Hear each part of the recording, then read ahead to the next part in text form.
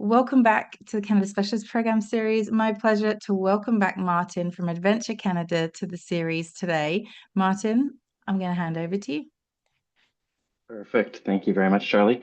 And good morning and afternoon and evening to all of you. Pleasure to be here with you today. My name is Martin Aldrich. I am the Key Partnerships Manager with Adventure Canada. I'm also an expedition guide, and this marks my 10th year with Adventure Canada. You can see my email address there if you'd like to get in touch. I've got a big announcement if you haven't seen it already.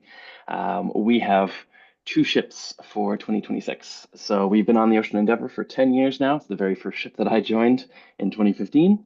We now have a 78 passenger and a 144 passenger expedition ships that we are using for our 2026 season. So I'm going to jump right into those. So Ocean Nova, this is a 78 passenger ship. It's a class 1B. It's a very comfortable ship, really maneuverable and navigable, able to get into really remote fjords, but it's also a very comfortable ship. So there's lots of lounge space, large windows, and you can see it here pictured in Francois in Newfoundland.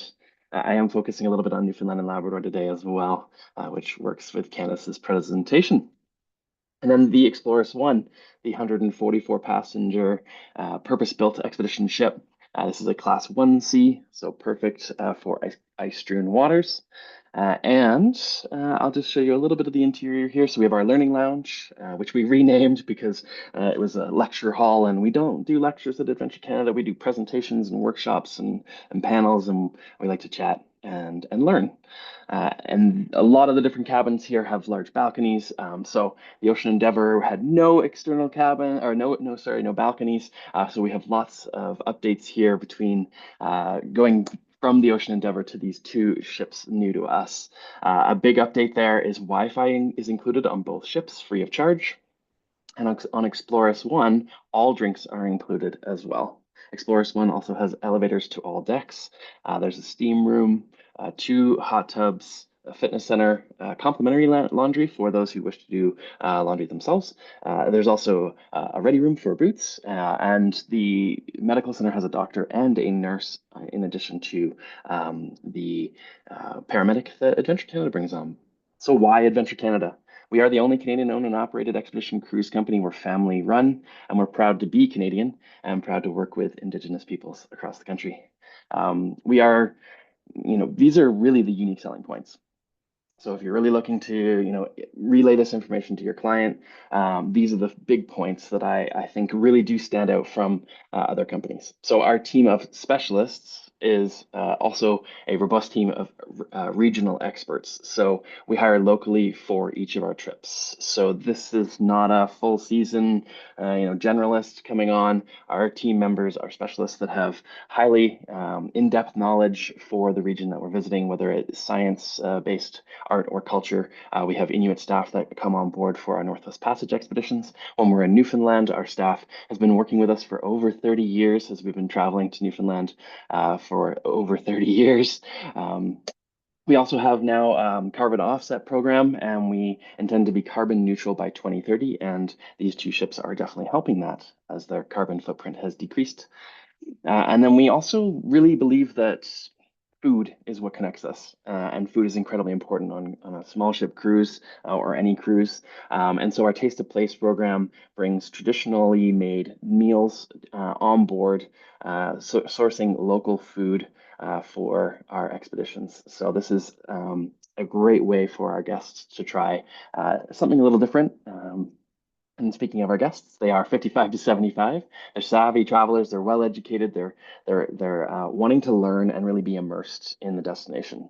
So they like to have fun. They like to connect. But they also are really there to learn and really be feeling like they're not leaving the destination, which is great when we have staff members on board that we do. When you're in Newfoundland and you come back onto the ship, those Newfoundland staff are there with you. It feels like you're not leaving the destination.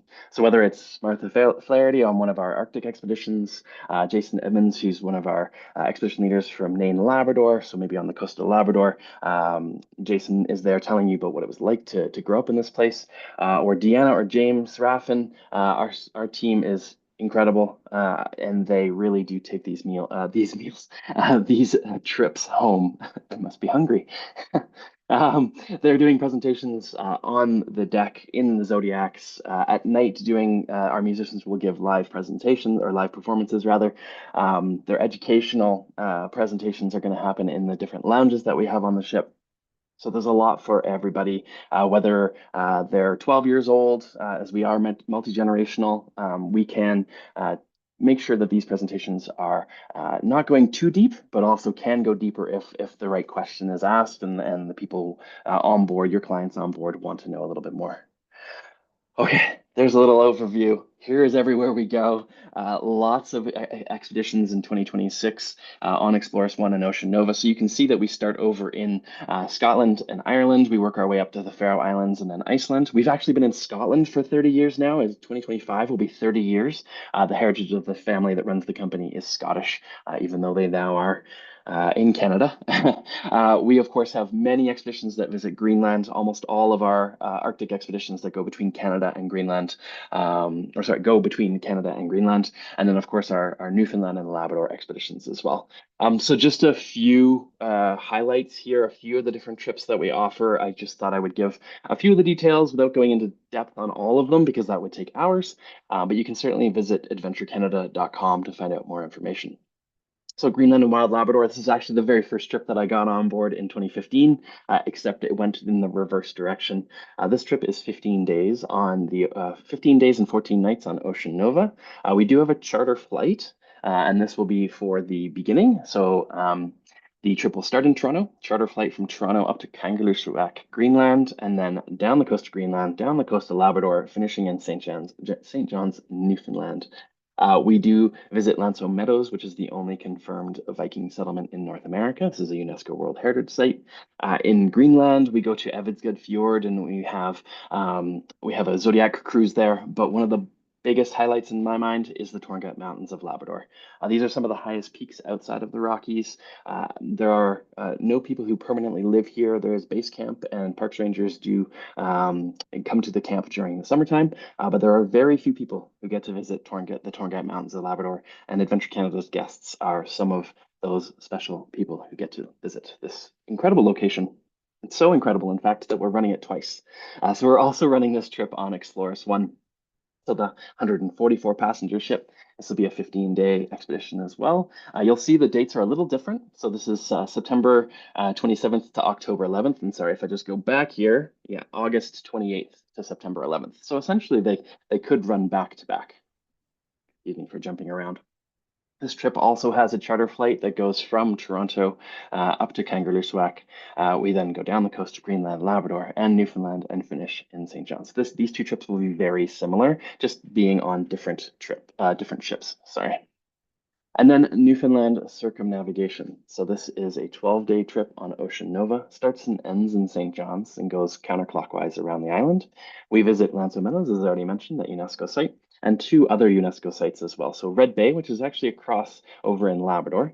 This is a Basque whaling port where Basque whalers were about 500 to 800 years ago, I believe, were refining whale blubber into oil, putting it into barrels and shipping it over to Europe before we had electricity. And they were using that in their lamps so that they could read all those Shakespeare novels at night or something like that.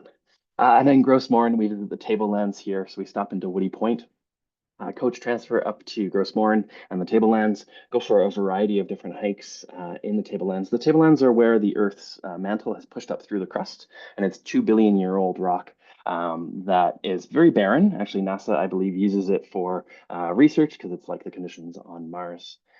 We go into some quite remote places in Francois on the south coast of Newfoundland, and I have a picture of that coming up. But before then, I just have a short little video that I'm going to just talk over because I think, really Newfoundland is becoming more and more in people's eyes a place that they want to travel to. Even Canadians are thinking, wow, you know what? Newfoundland, I really would love to get out there, especially for those in British Columbia. Feels like an exotic destination. And there's just so much to do, so much to see. But in my mind, the biggest thing that Newfoundland has going for it are the people that live there. Authentic, friendly, funny, just a few of the words that I would use to describe Newfoundlanders. It is a fantastic place to visit. I was there in 2018 myself. got to visit into Franceway, this really remote community on the south coast. There's about 65, 70 people living here. No roads in or out. There's no airstrip or airport. There is a ferry, I believe, a couple times a week. So it's quite remote. When we join the community here, we come in for the day. There are no roads, as I mentioned. So the little boardwalk you can see here, the ATVs will rip around on the boardwalk. Um, we'll have a day to explore up to the Friar's Head, which is up here at the very top of your screen. So it's a nice big hike for the long hikers. Um, I talked about our demographic, 55 to 75. They're well traveled, but they have a wide range of mobility levels. So we'll have a 75-year-old that wants to do the 10-kilometer hike, and we'll have a 55-year-old who wants to stay close to the shore and do something a little bit shorter. So we offer multiple different outings with different levels of intensity that are all described prior to getting off the ship by our expedition leader. And so then the guests can choose what they do. Um, the other thing I was going to mention here is that at the end of the day, when all of the Adventure Canada guests have come back to the ship, we actually invite members of the community onto the ship to have a meal with us. And then we go back into Franceway for the night and we have a kitchen party.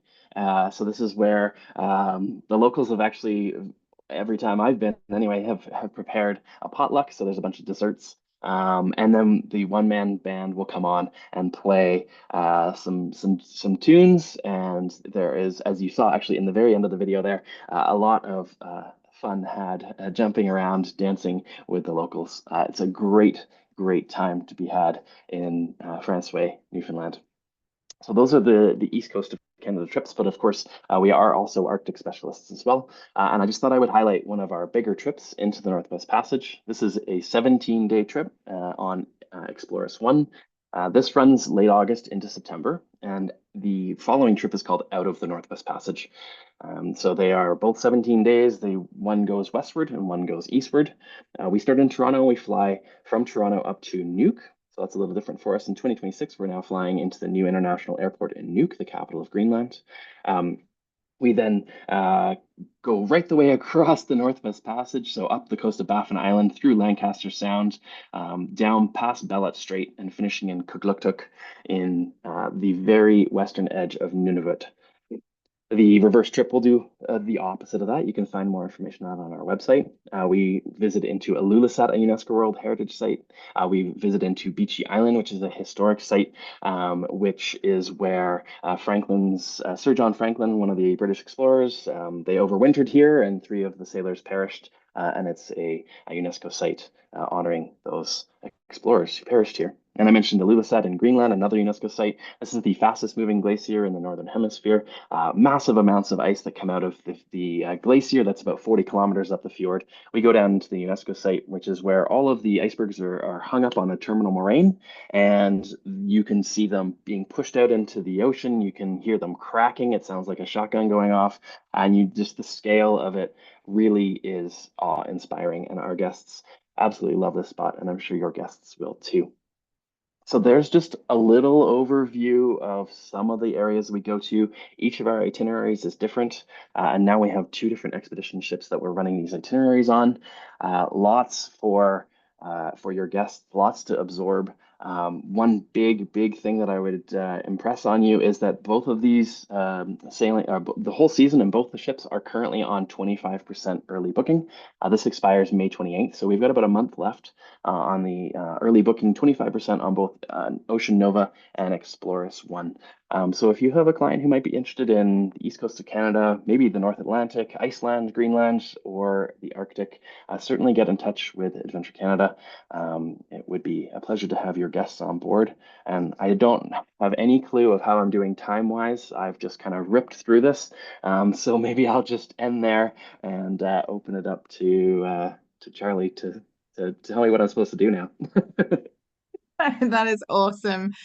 Thank you so much. I was loving it too. I think I lost track of the time, but no, that was amazing. Thank you. I see your tagline is "The Canada you haven't seen is calling," and you can really see why. That's just incredible. Places that, you can't otherwise get to. Yeah, so absolutely incredible trips. Thank you so much, Martin. So